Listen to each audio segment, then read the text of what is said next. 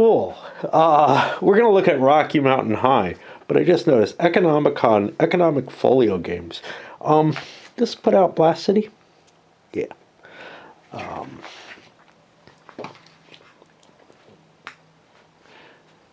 I didn't realize that they were launching a whole series. I got this as I don't know what it is. The designer, I think the designer, publisher. I don't know. I don't have my credits on there.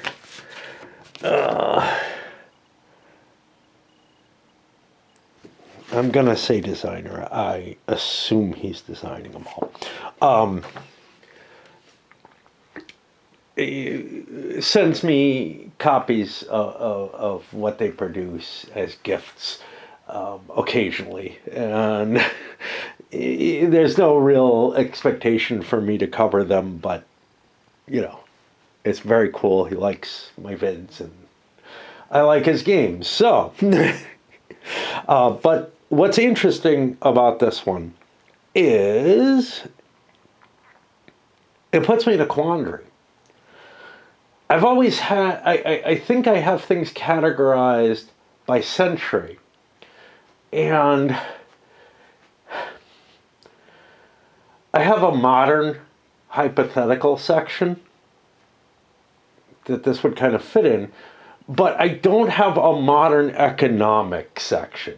I have a 20th century economic. I have a 19th century economic. I don't think I have anything for 21st century or modern economic or anything like that. And I've kind of lumped in, you know, in the modern hypothetical, I tend to lump in everything that comes from 1980 on.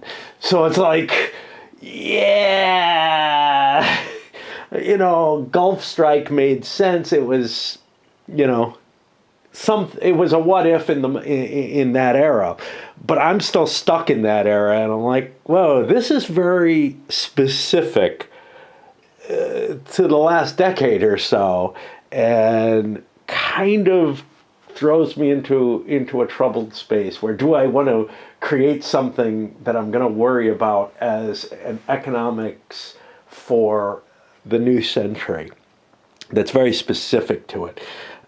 There's not a lot that I have, so it feels like, you know, this would be the only game in there. As opposed to science fiction economic, and it's certainly not that. It's real. Okay, let's take a look at what we got here. I read these rules quite a while ago. I think I was still playing This Accursed Civil War. I moved on to Under the Lily Banners. I'm not sure why. Maybe I read this as I was doing the first one of that. But then I got Era and ended up playing that because that was a review copy, and I felt like I had to get that out in a more timely fashion. I don't know, you know, how long ago this was actually printed. But I've kind of lost some track of what the rules are, and I'm hoping going through them will get that better. But let's explain some of the components. First of all, it comes with paper money. Yay. And it must, because it's a cash-only business. Each player has their own player mat. Now, I haven't assigned everything, but you have a location where you have your store. You have various things to indicate how much you're growing. You have seeds planted and already harvestable stuff that you have to assign prices to. I mean, this is kind of complicated. You also have bongs and edibles that you assign prices to. And you can kind of assign whatever price you like, but any old price ain't going to work, right? People aren't going to buy. And like games like Business Strategy here, you're going to face a certain level of, look, unless consumer demand is so high, whoever's underselling other people is going to do best. And we might actually have that race to the bottom type circumstance. It's hard for me to identify that. But that is a possibility here, where you're aiming to try to get a monopoly by undercutting everyone and screw, what you're charging. Of course, somebody can just walk away and pocket their money and stop paying rent and stuff, and maybe they'll end up ahead that way if it's too brutal a competition the way that business strategy is. So yeah, these are the different prices for items that you're going to try to sell, and you move the actual plant into those. You have this grow card, which when it flips over, it becomes growed. I don't know exactly how it works, so we'll hit that when we get there. This board has the turn track on it. It has various locations that you can rent, and rent becomes due here, as do wages for your workers. I thought everybody starts with a worker. I may not have set that up well. I certainly don't have a worker for everyone, so I may not have set that up yet. Maybe I'm supposed to. You have wholesale prices that you can buy weed for. I don't know what these prices are. Those might be the expected price, but it may also be a cost for harvesting. Obviously cheaper to grow your own, but you need more growth locations. The cost of living goes up, and that increases the cost of your rents. Different locations, the higher numbered locations are going to be worth more, and they're going to give you some special abilities, which we see here showing on some of them. But in general, people are going to go to the most convenient place that sells the cheapest stuff they want, So there's kind of going to be a comparison there. These are your workers. This is advertising things. They're all exactly the same, but they have different pictures on them and whatnot.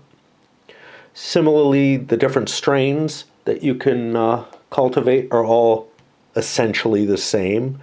You have cards for Goober and Whift.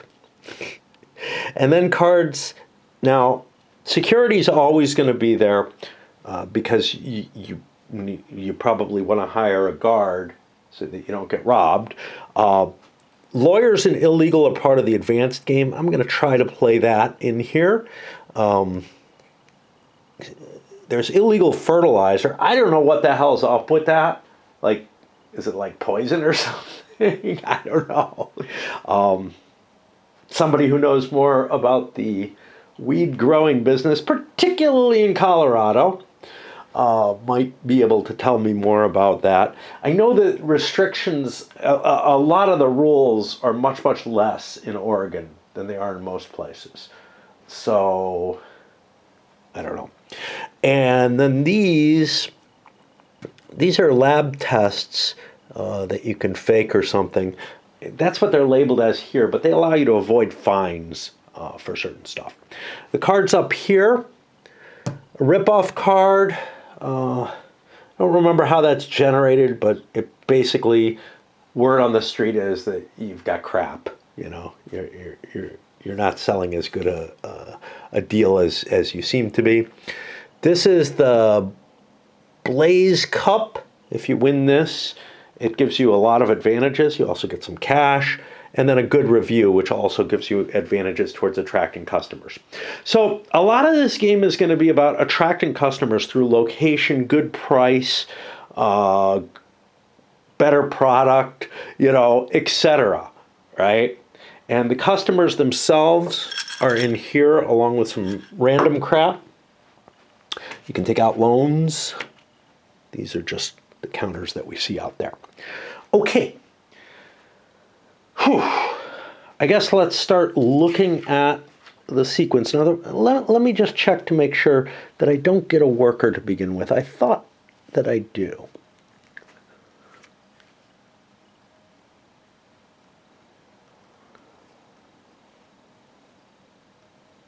Doesn't say you do. You have a location to begin with? Yeah, I think you don't have a worker to begin with. Okay. I mean, you don't have ads to begin with. Fair enough. You're going to be playing this in sequence of turns. I'm going to be going counterclockwise, as I always do, for whatever stupid reason. And the players get locations based on the player order and starting cash, which is different. Essentially, they're paying the rent for the higher valued locations. And you can see the rent goes up by $100 each accumulating better location. Players begin each turn with all workers and grow cards face up. You have a number of actions. You conduct an action using either workers or your grow card, and then turning the used card over. The workers on the other side, I'll say, worked. A lot of flavor to these. The actions continue in clockwise fashion until all player, worker, and grow cards have been played. After a certain amount of turns, you hit the rent and wages, at which you have to pay your rent and your wages. After 10 turns and a final rent and wages, the game ends. Now, the Blaze Cup happens here, so you're not going to have a lot of time to gain an advantage off of it. And also, the game is short, relatively, so I don't think it will be the race to the bottom in the same sort of way, like trying to bankrupt people. But we shall see. Okay. On your turn, you take one action at a time. It has the following phase order. I think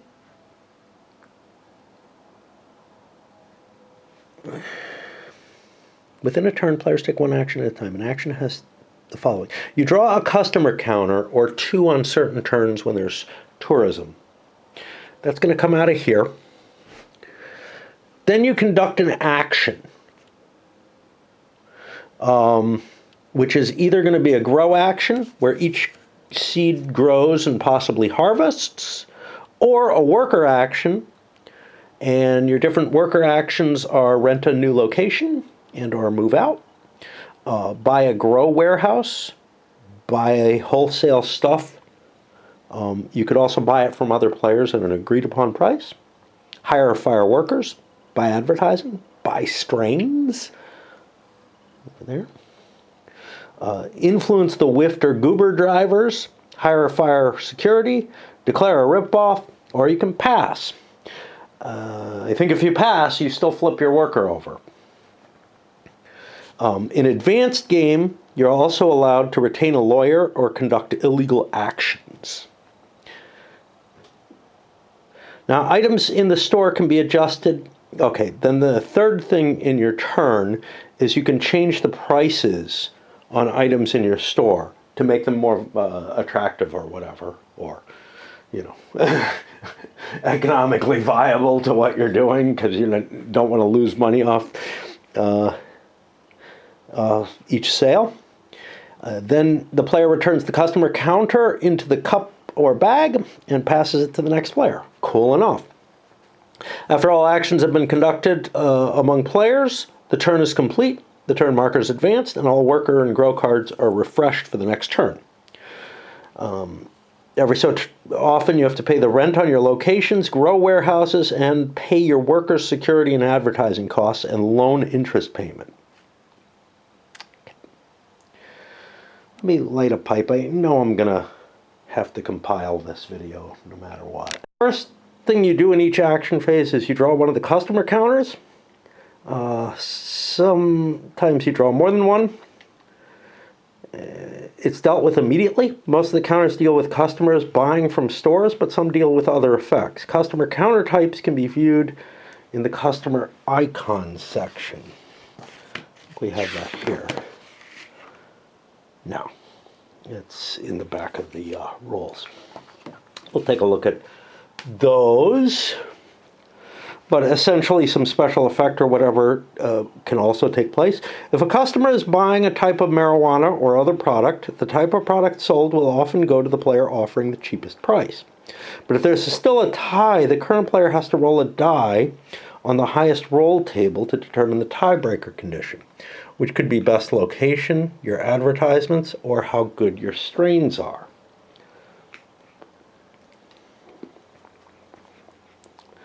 On turns with tourism, you draw more than one customer counter. Each customer counter has to be dealt with before another is drawn.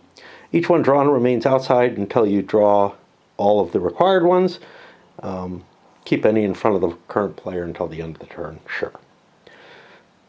Highest roll. Anytime players tie in the lowest prices or other cases, the highest die roll is made, and yes. Highest location is highest by number. Highest advertising is whoever has the most advertising.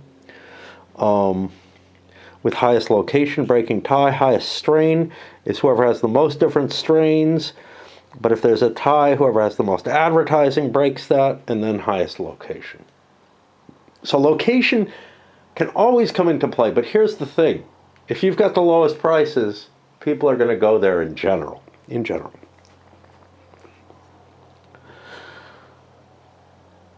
Which means something.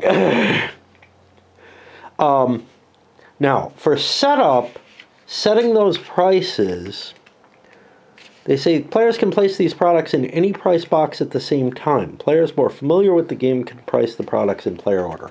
I kind of feel like you want to place them in player order no matter what. That it's just too big an advantage. Let's say the first player, I don't know. I really don't know. Like, I feel like placing them all at once requires more knowledge than reacting to what the first player puts. Because if he puts a low ball price, then you're in kind of a position of, okay, well, am I willing to deal with that? But let's see what those prices should be. Now, we kind of know what the wholesale price is for these, so we have an idea of like what we should charge at least for the bongs and the edibles, because that's the only way you get them. These you grow, and they are somewhere maybe between the wholesale and the cost for harvesting, which I think is the number that's on there. But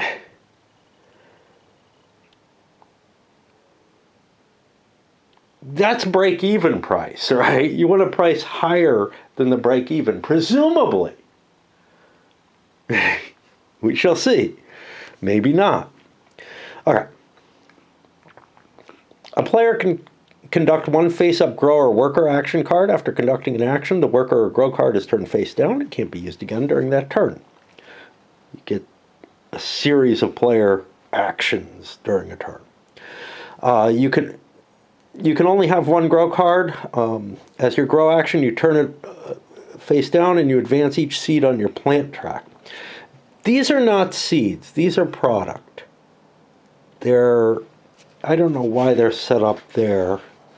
That's how they set them up here. But actually they don't. They have them set up at various prices. So I'm going to have to make those decisions, but I want to understand more of the game before I make that choice.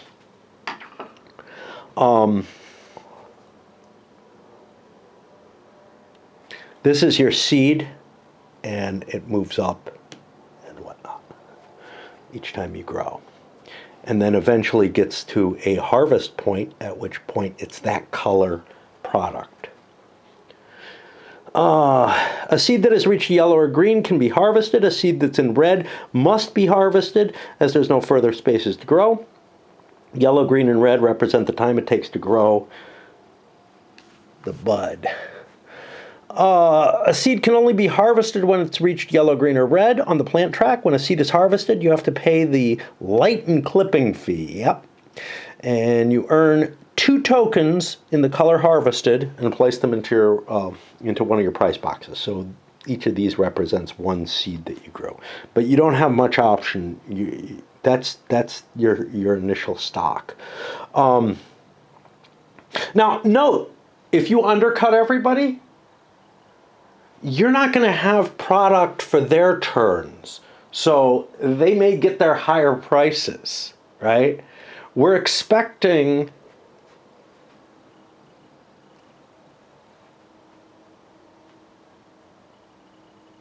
I guess 8 customers. You've got to start with a worker. You have to start with a worker because you can't hire or fire a worker without a worker. Yeah, so whatever you do,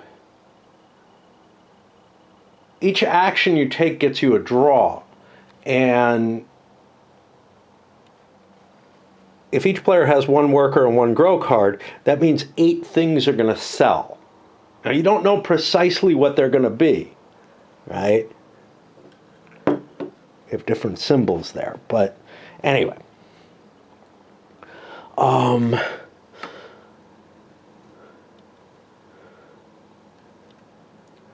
When the grow action is finished, the grow cards turn face down. It grows all your seed, whatever. Workers can conduct one of the following actions. That's this whole list here.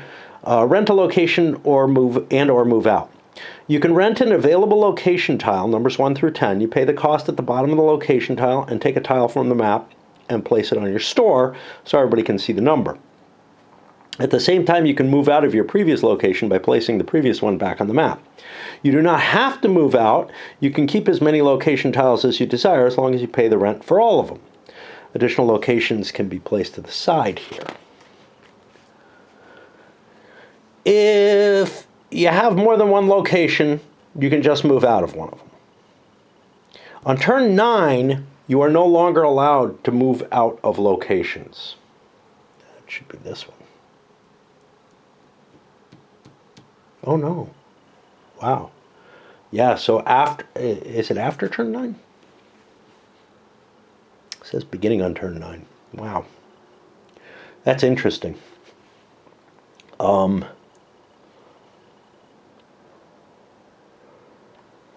As an action. I don't know if that means, yeah, I assume if you rent a higher value location up here, you're not allowed to leave your old location. Okay. A location value is determined by the tile's number. If a player has more than 1 location, the tiles are added together to give them a total value. If there's a tie in value, the player with the highest number individual tile breaks the tie. Higher value locations have some additional benefits. So there's these draw again arrows that show up on some of them. If you don't like a customer counter drawn, you can redraw from the customer counter up to the amount featured on the location tile. Each customer drawn must be put back in the cup or draw bag before drawing again. You can redraw this customer the number of times the location allows you to, but if you decide to conduct the customer, or if it's the last customer you can redraw, you have to stop. In tourism, you can only use your store draw again up to the maximum over the total number of draws, the 2 draws or whatever that happen in a customer. I don't know what this ilno, mvno, frno means. Oh, this is no move. 1, 2, 3, 4, 5, 6, 7, 8, 9, 10. Oh, you're not even allowed to move, I think, after this. I don't know what IL no is. And FR no. You're not allowed to fire after this. I don't know what IL stands for. Okay, well, we'll see. We'll get more. Additional advertising. The location is so visible that it adds an additional advertising value. That's these. For that player. That's going to be hard to remember. Auction a grow warehouse. This is another action like moving or like renting a location is. Indoor warehouse grows are the agricultural fields in the marijuana industry. Not sure that's entirely true here, but presumably in Colorado, I think you're allowed to grow outdoors under some restrictions. Players need extra warehouses to grow more seeds, but indoor properties are limited. As a worker action, you can auction to buy one warehouse. All players are allowed to bid on it, though, so you might not get it even though you spent a worker action. A player auctioning the warehouse bids the first price. All players then conduct an auction in clockwise order, either increasing their bid or passing. If a player passes, the player can no longer bid. Highest bidder pays the bid. The player taking the action may not be the winner, in which case they got screwed out of their action. They don't get any money for it or anything. The grow tile is placed on the winning player's store mat, removing the seed from the empty grow space. That seed removed is placed at the bottom of the plant track and is now planted. This is important. You can only have as many seeds as you have grow locations, which means you have a lot of product at the beginning compared to what you have production-wise at the beginning, which may mean that you need to go wholesale. You can have a maximum of 5 grow warehouse spaces and 5 seeds on your store map. Once a warehouse is purchased, it cannot be returned unless it can't be paid for. I believe you still have to pay the $100 rent on it each turn. A worker can buy bongs or edible merchandise at wholesale prices. They can buy as much as they like. Wholesale items purchased are placed on a player's store mat in whatever price box they prefer. You can buy marijuana from other players. Rather than buying wholesale, you can make a deal with other players and buy directly from them. Now, they say bongs or edible merchandise. I think you can also buy these at their price that's listed. Because it says rather than buying wholesale marijuana, and marijuana is not actually listed here. The current player can make a deal with other players, buy directly from them. They offer their prices. The current player may accept deals or not. Any marijuana purchase is placed in the price boxes on the player's store mat. Seems unlikely to be a good deal, but who knows, you know. Hire or fire workers. As an action, a worker can hire another worker or fire a worker already employed. Wow. The player pays $100 to the bank and draws the top worker card. They're all the same, placing the newly hired worker face down on the worked side. So if your first action is to hire another worker, and that might not be a bad action, that is going to use up your one worker's action. Firing to fire, you discard a worker and place the card back in the worker card pile. The worker doing the firing action can fire itself. You must keep at least one worker card. Okay, I think everybody's got one. A worked worker can be fired, but they can't do the firing. You cannot fire a worker on the 10th turn.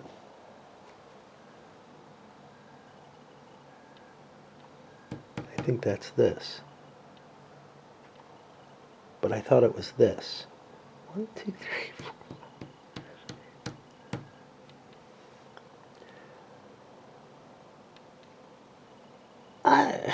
I thought there were only 10 turns. I am so confused.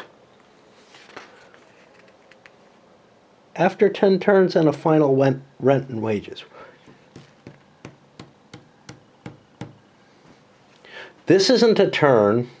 I'm trying to count this, and I'm just not getting the amount of turns that I expect.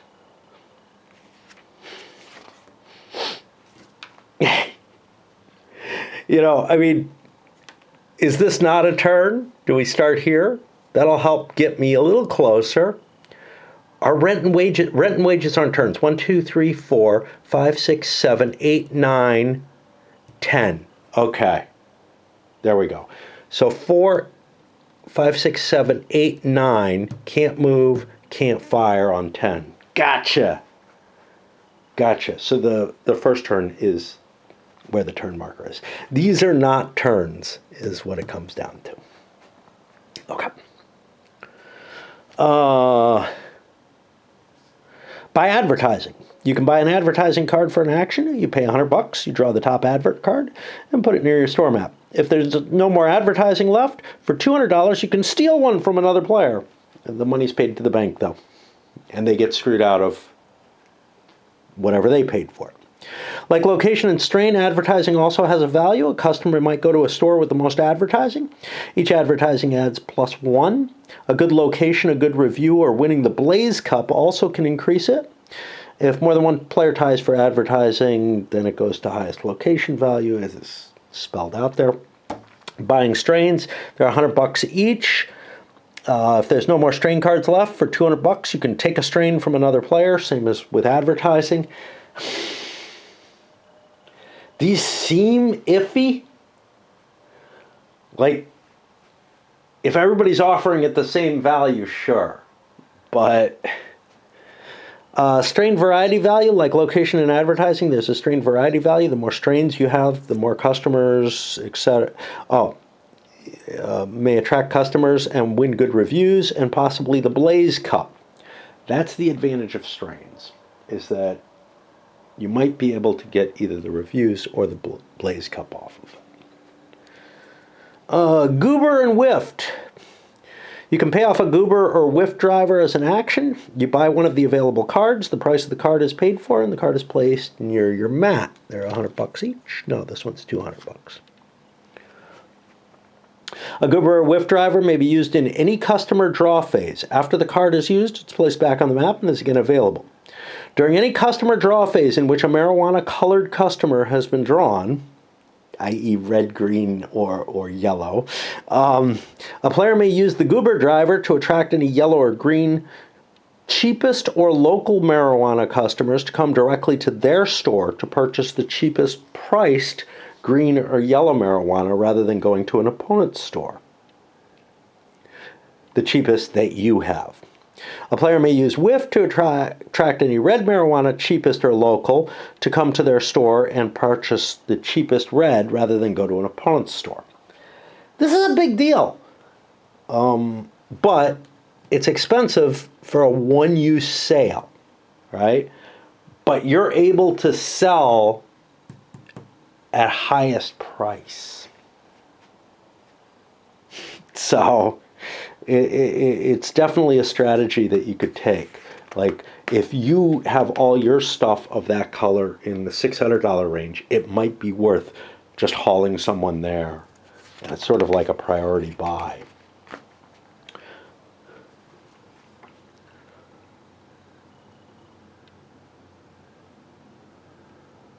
Yeah, so here they give the example. A player draws the red marijuana, looking for cheapest rate. 3 players tie for cheapest. They roll a die. Whoever has most strain is the tiebreaker. A different player decides to play the Whiff driver card and make the sale instead at whatever his price is. Okay, hire or fire security. Thieves lurk in customer counters. Players may want to invest in security guards to protect their money and merchandise. As an action, you can look at the top 3 security cards and choose one, putting the other 2 at the bottom of the deck. The security card is hired, is paid its wage. Player can look at the 3 cards and not pick one, but that wastes their action. The guards range in skill from 2 to 10. The lower numbered ones are less skilled, but also cheaper. Security guard is placed face up near the player. The wages must be paid each rent and wages phase, otherwise it's lost. And then we get to thief customers and robbery. A player may instead fire a security guard as an action. The card is removed and shuffled back. I don't know if there's much reason for that, because... Oh no, yeah, there is. You have to pay. See, now, no, the way this is worded, security wages must be paid each rent and wages, otherwise it's lost. So there's no reason to fire them. You just don't pay them. Declare ripoff. As an action, a player can declare a ripoff on any player pricing yellow marijuana in $500 or $600 range. Yellow's the shittiest stuff. The player places the rip-off card near the player ripping off customers. The rip-off decreases the player's location, advertising, and strain by -2. This is a reason not to use Goober to sell yellow at really high prices.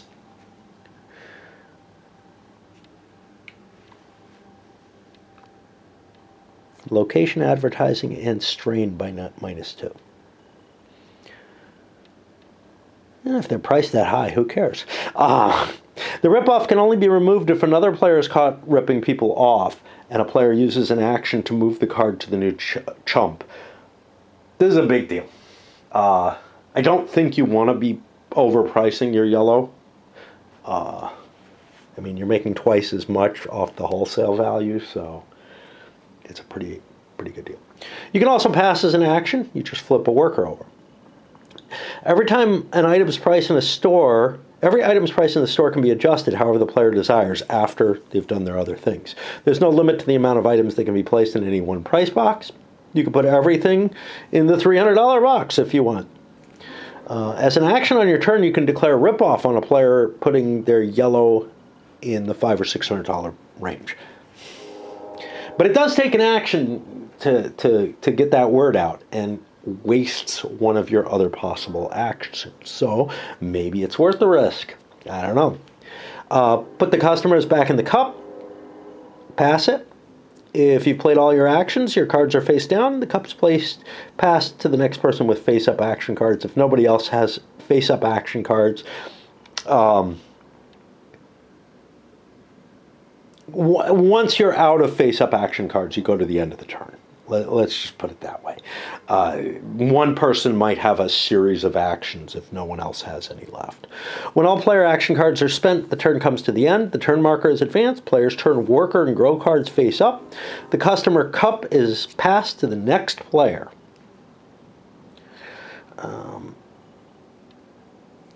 So whoever had the most actions, whoever went last, the next player in order automatically goes first the next turn. I don't know how much that matters. Okay. Illno. Beginning on turn 8, players may no longer draw illegal card or markers for the rest of the game. However, they can still conduct illegal actions they already have. Move no. They can no longer conduct move. They must keep their current locations for the rest of the game. That's a little different from how this is worded, isn't it? So you can't move out, but you can rent an additional location. And fronto, you can no longer conduct fire action. You must keep all workers in security for the rest of the game. I don't know why you have to. Something feels very wrong with security. I feel like you shouldn't be able to just not pay them, because otherwise you wouldn't have the fire restriction here, and you wouldn't have to take an action to fire security.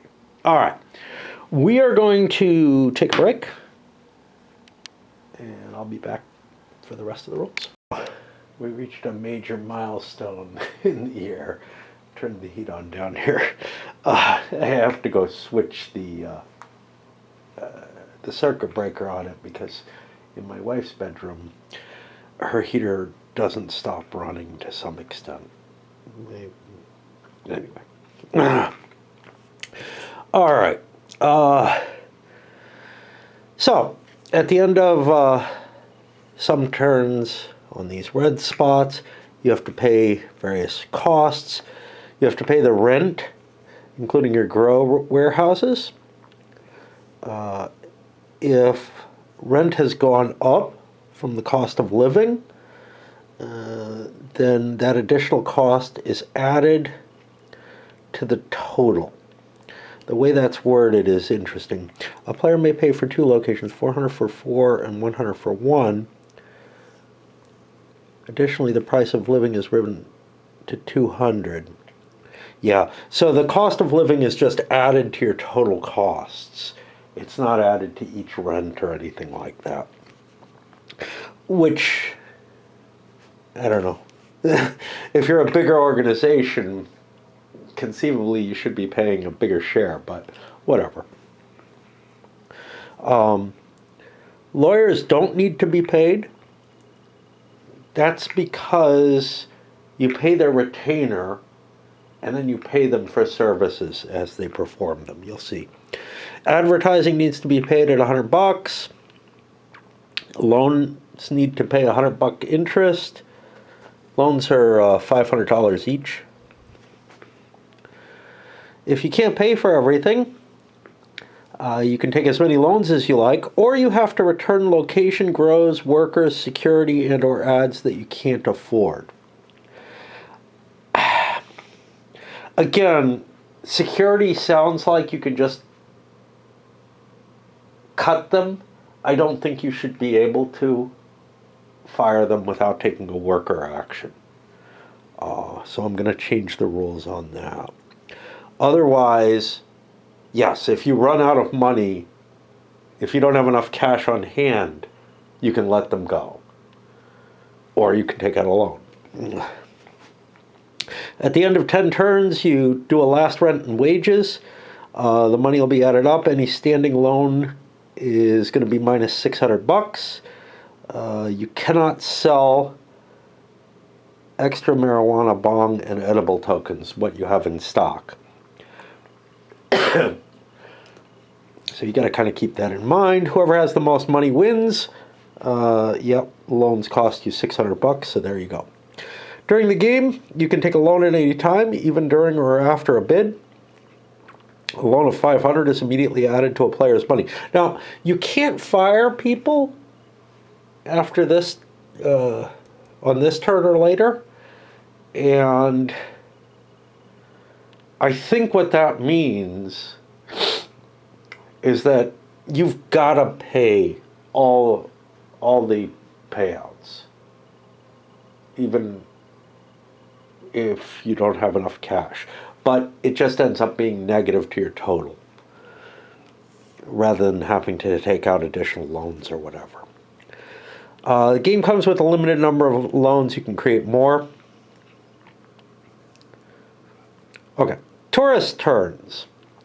If it has two customer icons, it means each player draws 2 counters at the beginning of their actions. You draw the first, resolve it, then you draw the second. The Blaze Cup. This comes between 9th and 10th turn. Each player adds all their red marijuana plus their total strain value. And the highest total gets $1,000, which might be enough to win the game.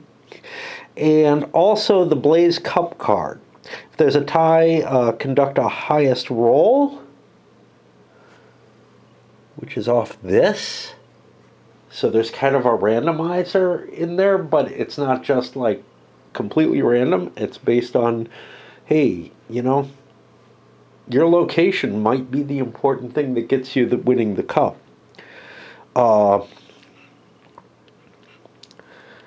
This will add +2 to your strain value and +2 to your advertising value for the rest of the game. Well, there's just one more turn, so that's not that impressive. And yeah. Okay. We could go look at the different customer counters. Let's do that, and then we'll hit the advanced game stuff. Okay. Cheapest marijuana. They're most interested in price. Local customer goes to the shop of the current player and gets the cheapest marijuana that that player has. If they're out of that type, then they go clockwise, or counterclockwise in my case, looking for the particular value they want. And this is kind of weird because they're looking for a quality of marijuana. They actually kind of don't care what you're charging them. Of course, getting ripped off could matter for the yellow. Cheapest bong or edible. If more than one player is tied, you do highest roll. Local bong or edible. They go to the current player. If he doesn't have one, it goes elsewhere. Cost of living increase.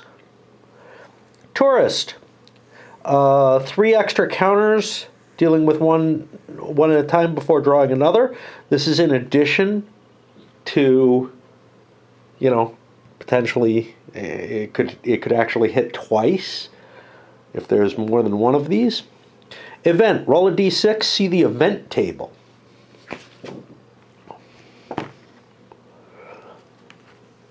All players can upgrade their grow lights. For $100, they can increase all growing seeds one space. Harvests can be made. Mites ruin crop. Current player has to lose a plant. One growing seed is pushed to the bottom of the plant track. Lost mother plant. Strain clipped too many times. The mother plant dies. Current player loses a strain if they have one. Inspection, they have to pay $200 to the bank. Additional testing fee. All players must now pay an additional $100 for any harvest for the rest of the game. If playing the advanced game, you can avoid this fee at any time, but have to take an illegal fee marker. That's one of these. It's the lab thing. Promotional swag, a new business startup. Each player receives a bong and an edible counter for free and places them wherever they like. Okay. Good review. Your marijuana is outstanding and the newspapers are buzzing about it. As are the authors. Each player counts the amount of red marijuana and strain cards they own. The player with the highest number takes the review card, much like the cup. The review card will add 2 to advertising. If there's a tie, players conduct highest roll. The good review card will remain with that player until it's drawn again, at which point it's reassigned. So it's kind of like the cup, but could happen at any point. A thief. Thief breaks into your own player's store. See robbery rolls. Investigation. The police are investigating your business. If played in the advanced game, and the current player has illegal cards or markers, an investigation occurs. If the player hasn't done anything illegal, ignore. If you're not playing in an advanced game, ignore. Remove the token from the game and draw another. Okay. Let's take a look. So thief also looks like it's advanced, although it's not there. It doesn't make sense because security is already there. Okay. So I think this is kind of in the wrong place. Like, advanced game additional rules, not there. Okay. If players wish to play the advanced game, sure. Retain a lawyer. If you conduct an illegal action, you may get investigated, and investigations lurk in the customer counters. Players may want to retain a lawyer to protect them from fines or being thrown in jail and out of the game. As an action, a player can look at the top 3 lawyers and choose one, placing the other 2 at the bottom of the deck. The lawyer chosen is paid its retainer rate. You can look at the 3 cards and not pick one, but then you lose your action. They range in skill from 2 to 10. Lawyer is hired is played face up near the player. Does not need to be paid again in the rent and wages. It's retained and is only paid again if used in an investigation. That's kind of wrong. Like, if you retain a lawyer,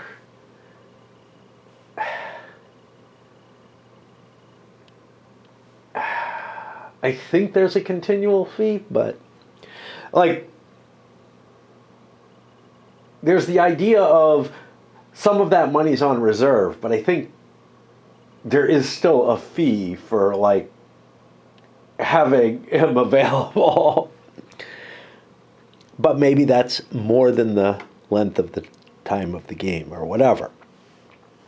A lawyer does not need to get paid again in the rent and wages phases. It's retained, yeah. If a player is investigated and needs to use their lawyer, they have to pay the court fee. After the lawyer is used, it's discarded and shuffled back into the lawyer deck. So then you have to go get another one. Okay. As an action for illegal. As an action, a player draws 3 illegal cards and may choose one, placing the other 2 cards at the bottom of the deck. If a player keeps a card, it's placed face up and the illegal action is conducted. Some illegal actions have a one-time effect, but most illegal cards and markers can be conducted again and again as an action. All illegal cards have an evidence number. If a player is investigated and the evidence number is caught, the following caught effect is conducted. See the investigation. So here you're caught, you're out of the game. That's pretty bad. As an action, you can sell the weed at a specific price, which doesn't look all that good. It's a little higher than the wholesale prices. No illegal card or marker can be discarded until it has been investigated. Aside from the illegal cards, there are two illegal markers, fertilizer and avoid fees. There are enough markers for each player to have one. Fertilizer. You can take an illegal fertilizer marker during an illegal action instead of drawing cards. Once an illegal fertilizer is taken as an action, for $100, a player can advance each seed on their grow track. Players with the fertilizer marker can always take that illegal action. This is something you probably want to choose early if you're going to do it. Although, I don't know. Avoid fee. An additional harvest fee only comes into the game due to an event. Otherwise, it's ignored. If the fee does come into play, the avoid fee markers become available. Player does not need to take an illegal action to take an avoid fee marker. The player simply doesn't pay the additional fee and takes the marker. After turn 7, you're not allowed to take illegal cards any longer, but you can keep using the ones you have. If you're kicked out of the game, you have to return everything. You can take loans to purchase a location and one worker in order to enter as a new upstart. The grow on the store map does not need to be paid for. Okay. Investigation. If playing the advanced game and you have illegal cards and an investigation customer is drawn, you roll 2 dice, and this is the amount of evidence that the police have. If you've retained a lawyer, each lawyer decreases the evidence number. If any number remains, it's compared with the evidence number on any cards you have. 3, that's pretty low.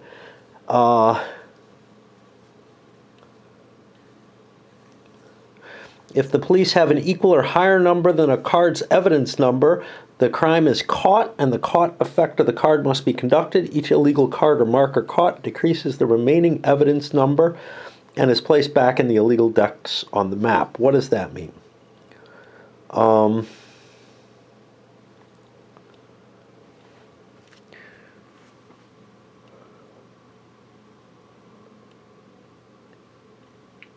Yes. Okay. So this 3, if it was caught, you would lose 3 evidence against you off that 2-die roll. So it might be important what order you take your illegal actions in, or your investigations, because you might not be able you might be able to avoid getting hit with this one if you got a whole bunch of illegal stuff going on. If there's still an evidence number remaining, it can catch more illegal items. The player can choose which card is caught, but must keep activating cards until the evidence number decreases below any remaining cards, or if they've run out of illegal cards, they can be caught. If a player has used a lawyer in an investigation, the lawyer's court fee is paid, and then he's discarded back into the deck, so you'd have to get a new one. Any illegal card or marker investigated is discarded back to their deck and can be drawn again in a future action. It's important you're not able to keep doing the illegal action. It includes the markers as well, which for the fee, that's just a penalty for not paying the fee. But this has an evidence number of 1. Of course, it's only a $300 fine, which isn't very bad. Robbery. If you draw a thief, you have a robbery. You roll 2 dice for the thief, multiply the result by $100. The thief takes that amount of cash and or store merchandise. Merchandise is lost equal to the price box it's in. The loss is the player's choice. You probably want to lose the merchandise, honestly. Player must lose the exact amount stolen if possible. If they're unable to lose the total amount, ignore the remainder. If you have guards, each security guard number reduces the thief's robbery roll. But it's still multiplied by 100. That's nasty. Oh, here we got our credits. Nate Hayden. That's the guy. I also looked up Blast City, thinking that might actually be a city. it's a gaming cabinet. I don't think there's a city named Blast City, known as Blast City, but maybe Google failed me. So that is the game. We're going to give it a shot. You know, there aren't a lot of interesting economic models and games out there that I'm seeing. I have some 18xx's. I could play other games of Steam. I've got some roll and move type stuff that I haven't hit, I'm sure. And then there's the Euro flavored stuff. This kind of excites me because it's a little different from anything else that I've seen. So I'm kind of excited to see. Does it end up playing, with a race to the bottom?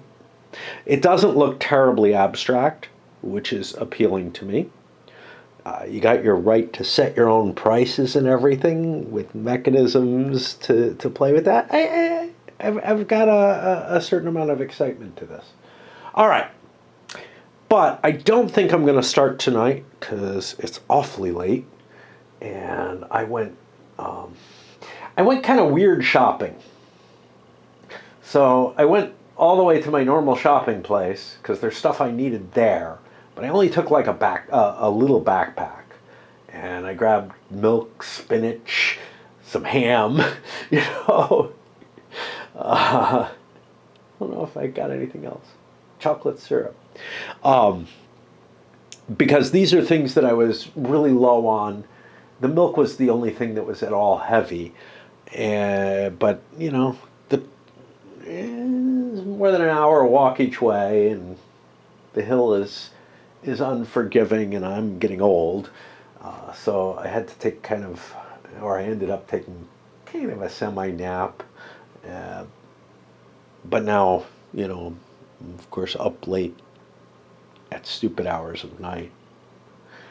But that's okay. All right, let's send this up.